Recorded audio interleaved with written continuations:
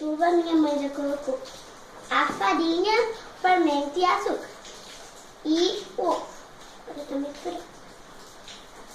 Faz com leite. Já tá bom?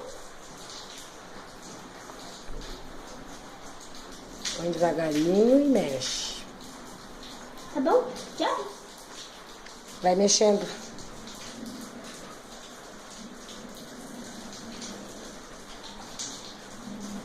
Aí minha mãe já colocou.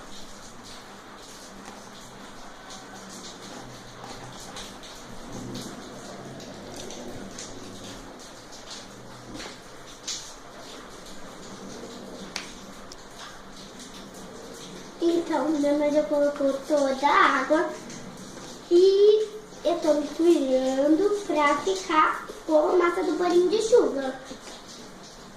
Com uma colher de pau.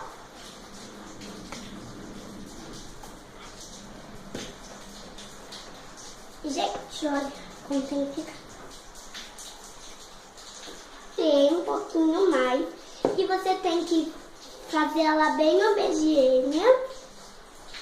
E não pode deixar a bolinha. Então aqui você não tá vendo nenhum.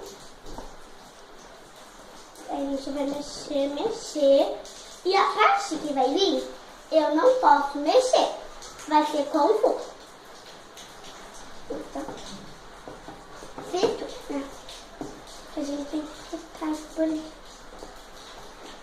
Então, um pouquinho duro. Ah, não. Então, ó, como ficou.